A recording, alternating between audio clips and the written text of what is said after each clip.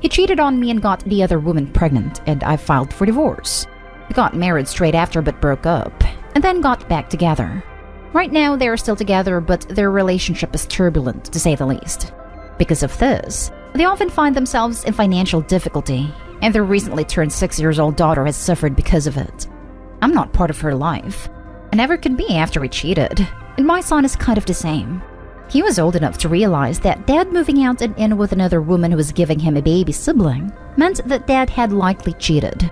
I put him in therapy, but I never had it in me to be part of his half-sister's life, even if it meant I didn't make much of an effort to get close to her. The last year has hit everyone hard, but from what my son has said, X has been hit very hard.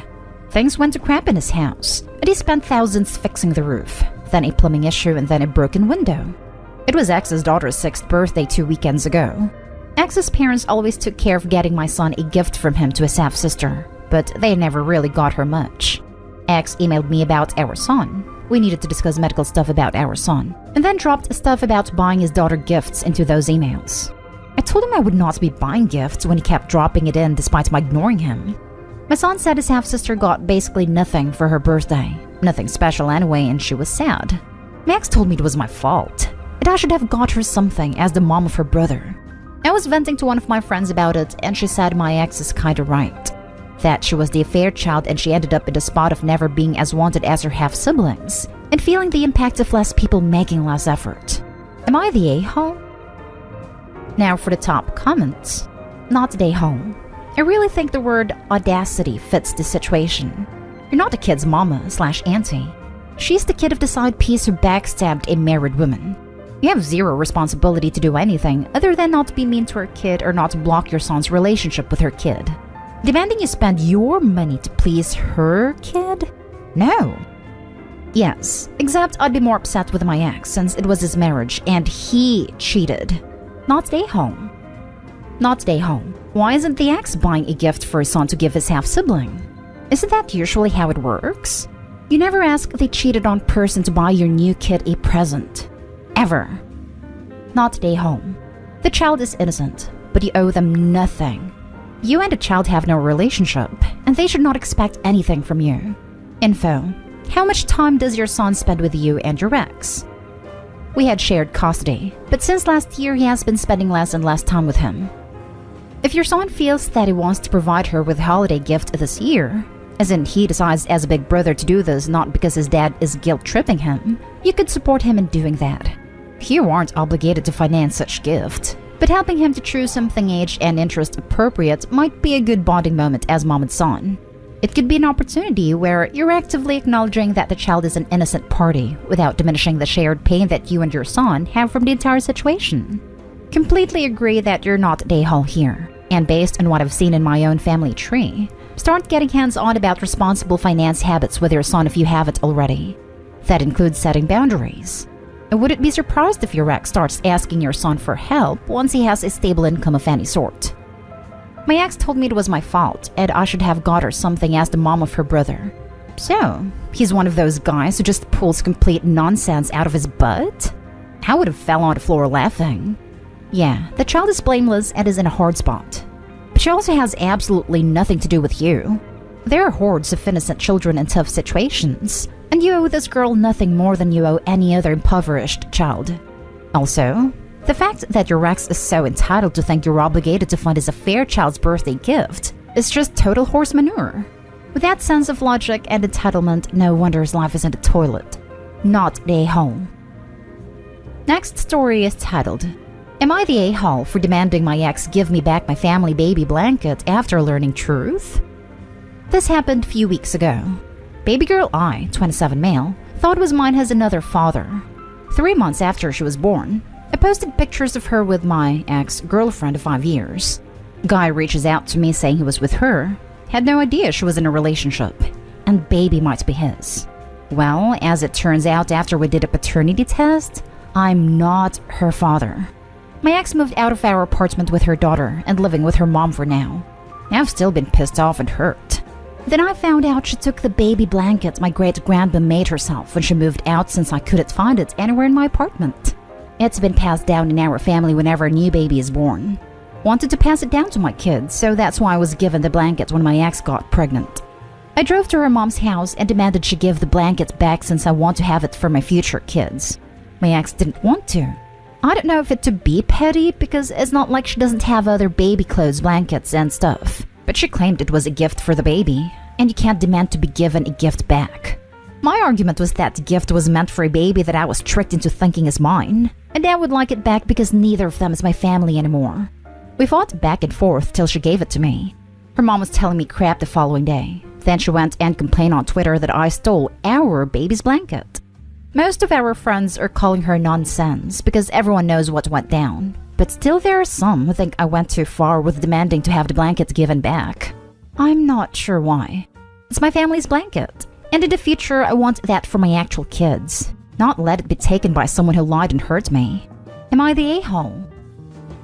Not the a-hole. Simple. It is a blanket meant for your baby. This baby is not yours. If you had decided to raise the baby as yours regardless of DNA, I'm sure you would have let her keep the blanket. More than that, it's a blanket meant for Opie's great-grandmother's great-great-grandchild. This baby isn't in that line. In a sense, Opie's only stewarding the blanket on behalf of his family for the next generation. It isn't even really his to give away.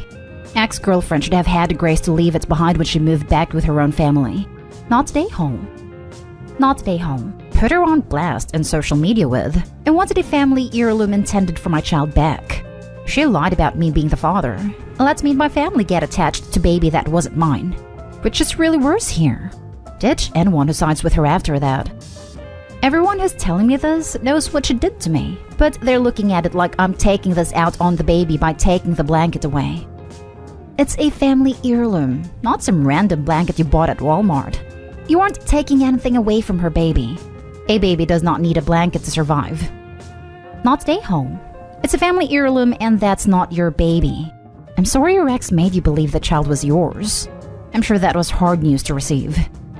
Still hurts a lot, yes. I feel like an idiot, but I'm trying to process it. Glad to have it back though, and space away from her now. Next story. Am I the a-hole for calling my mother-in-law crazy and kicking her out of my husband's house because she wants him to basically leave me? My 24 female husband, 25 male, and I just had a beautiful baby girl 2 months ago. His mom is a self-made entrepreneur, and she's honestly an inspiration to me. She is strong, intelligent, had fought hard for everything she owns, and before I got pregnant, we got along just fine. She supported me in my professional decisions and never showed any sign of not approving our relationship. When we told my husband's parents that we were pregnant, his dad congratulated us and looked so happy to be a grandfather. His mom? Not so much. She quickly asked us what we were gonna do, and that if we wanted to terminate, she'd support us. She believed that we both had promising futures, and if we had a baby this early in our careers, we'll never fulfill our dreams. But my husband and I assured her that we had everything planned. We both agreed that I was gonna dedicate a year to our daughter, and then I was gonna get back on the field. We never asked them for a penny, and neither of us waited for them to fund our new lifestyle. My mother-in-law didn't like it. My husband had a good job, had just enrolled himself in a master's degree, and now he's gonna be a father and a breadwinner of the house. For her, it was too much on his shoulders. So a few days ago, she came to my house and proposed an experiment to me. She told me that during the rest of the year, I was gonna be a stay-at-home mom. I could go back to my parents, and this will allow my husband to come home and rest after a long day of work or school, and during the weekends, he could go to me and visit us if he had the energy to do so. I said that it wasn't fair since she was our daughter and not just mine, and that she couldn't expect my husband to not have any kind of responsibility towards her. She said that after I ruined my husband's life with an early baby, that's the least I could do. That I was gonna grow comfortable after 1 year of doing basically nothing, and that if my husband was lucky, this would end in a divorce, which for her, it's the best outcome by now. I couldn't believe what she's proposing to me, and told her that she was crazy for even thinking that, and that our baby didn't appear magically in my belly. I kicked her out, and when my husband came home, I told him everything, and we decided to cut contact with his mom. But I can't get the fact that she said I ruined his life out of my head.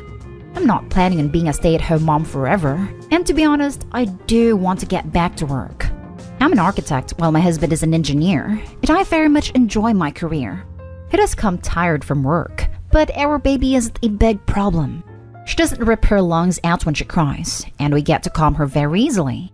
Also, it's not like I'm home doing nothing. I do small projects for my friend's firm every now and then as a freelancer, and I have a position waiting for me there. My husband and I just decided that I had to remain available for our daughter the first year in case anything happens because this is our first baby. Now for the comments. Jesus Christ. Of course you didn't ruin his life. You were both at the conception, right? You were both there when you decided to keep it, right? Don't belittle your husband like his stupid mother does. Not today, home. I was just coming to comment the same thing. His mother does know that it takes two to tango, yeah? She really does have no confidence in his abilities to adopt, doesn't she? Not today, home. Your mother-in-law is a straight-up monster. Mothers who get attached to their sons so strongly creep me the hell out.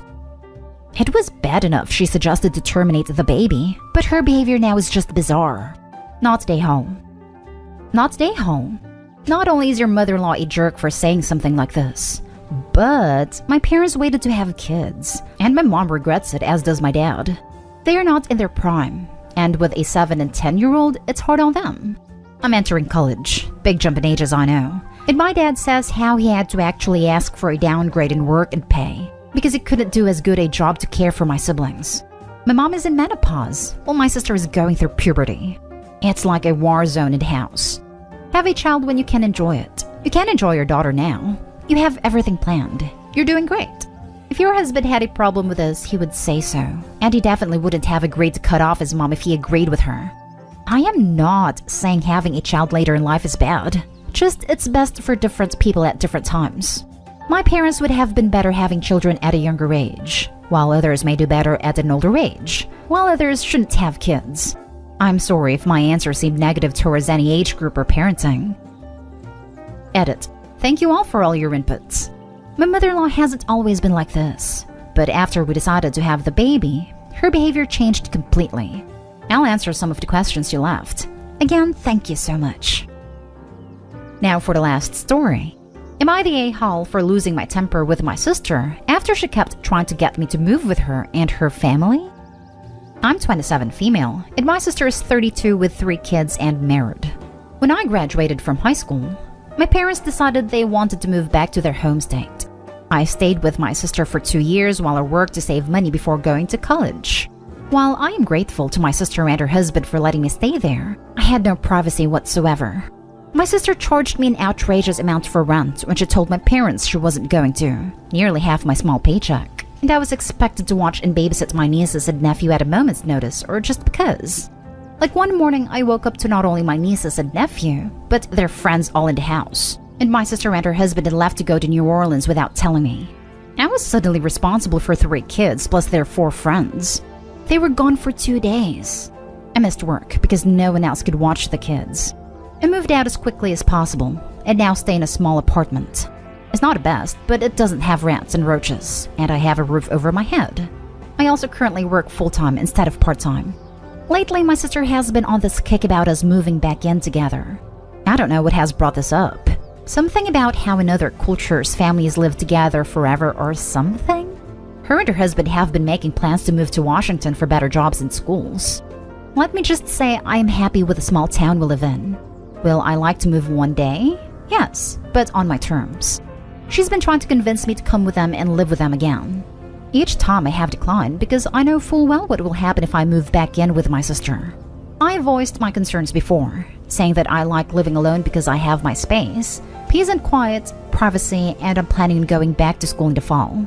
Also, I will not be a live-in babysitter for her kids ever again. She keeps saying those things are in the past, and that I need to get over it. Yesterday, she sent me a link to a virtual house tour, saying this was the house they were thinking about buying, and it had a separate apartment in the basement I could stay in. Also that she would charge me rent this time. I admit I lost it. I called her and told her to not text, call, or email about me moving in ever again. I don't want to move to Washington, and I don't want to live with her.